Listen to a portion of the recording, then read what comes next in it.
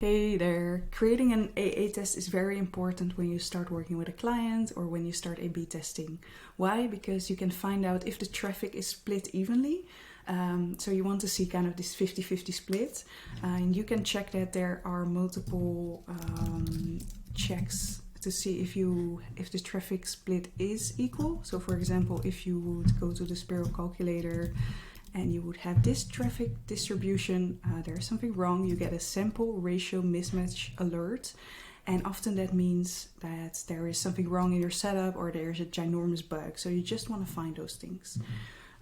If you don't find these things and you find out later on when you're already testing, or maybe when you're reporting on tests and on wins, it will look very kind of bad on you, because all the data you collected until that point will not be trustworthy anymore. Maybe events fire double in the variant, things like that.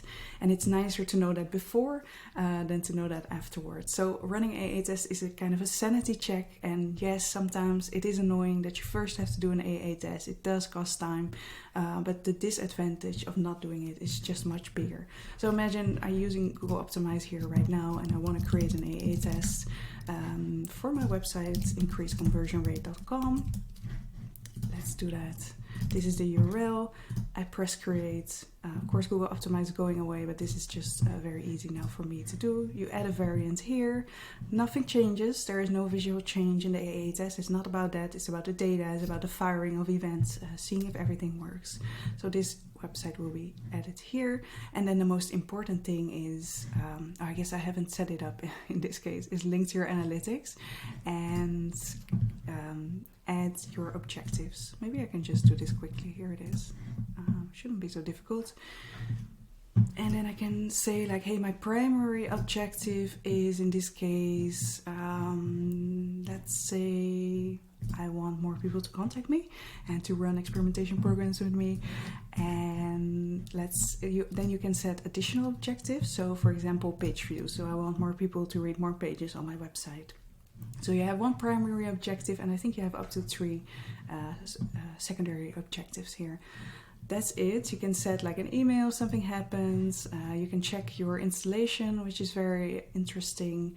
And then you can press start here, for example. And what I would also do is use this tool called event tracking tracker. Yes.